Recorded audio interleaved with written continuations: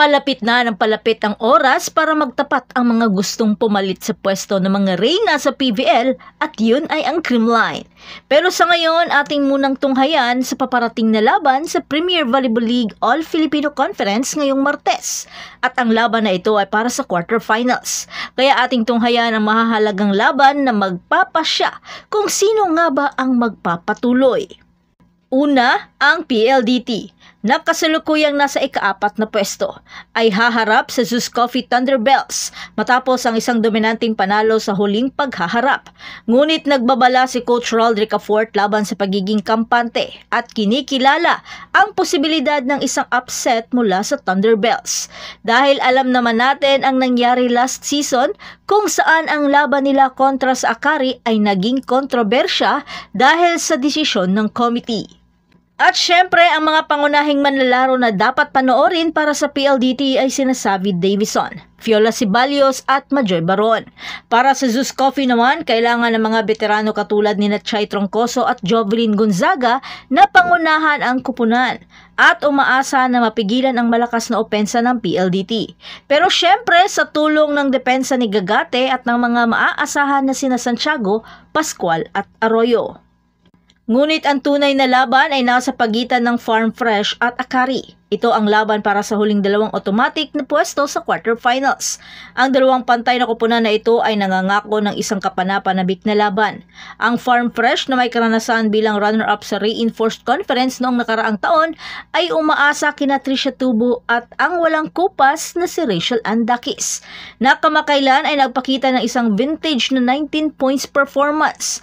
Gayunpaman, ang Akari ay isang malakas na kalaban rin at ang inaasahang pagbabalik ng star spiker na si Gretchen Soltones ay nagdaragdag ng isa pang antas ng excitement. Ang mga manlalaro ng Akari na sina Ivy Lacsina at Faith Nesperos ay magiging susi sa kanilang tagumpay. Si Benson Bokbok, ang head coach ng Farm Fresh, ay kumpiyansa sa tsansa ng kanyang kupunan lalo na kung sila ay kompleto. Samantala, nakakuha na ng kanilang pwesto sa quarterfinals ang Creamline, Petrogas, Chocomucho at Galleries Tower High-Risers. Ang natitirang mga kupunan ay ang Signal, Nextled, Capital One, Cheritigo at ang mga talunan sa mga laban ngayon ay maglalaban sa play-in tournament para sa huling dalawang pwesto. Kaya huwag palampasin ang huling laban na ito sa qualifying round, ang laban ng Farm Fresh kontra sa Akari sa ganap na alas 4 ng hapon at ang PLDT kontra naman sa Zeus Coffee sa ganap ng alas 6:30 ng gabi sa Martes. Ang play-in tournament ay magsisimula naman sa Huwebes. Kaya huwag palagpasin ang mga mahahalagang laban na ito habang ang PVL All-Filipino Conference ay patungo na sa isang kapanapanabik na pagtatapos. Lai, good morning! Okay, ito po. Wow! Mix and match. Ay!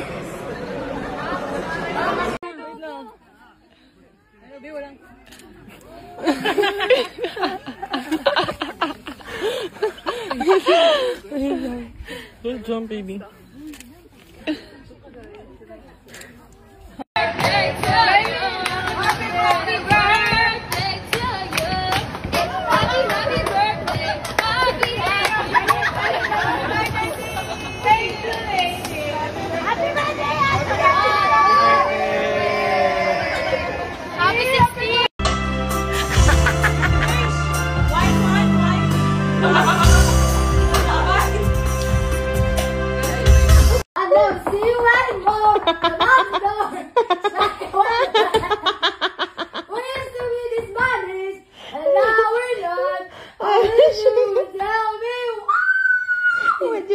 Why'd you get to mag-sales?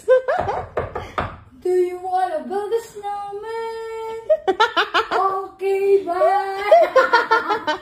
Yeah, thank you. Sobrang life niya. Music ba?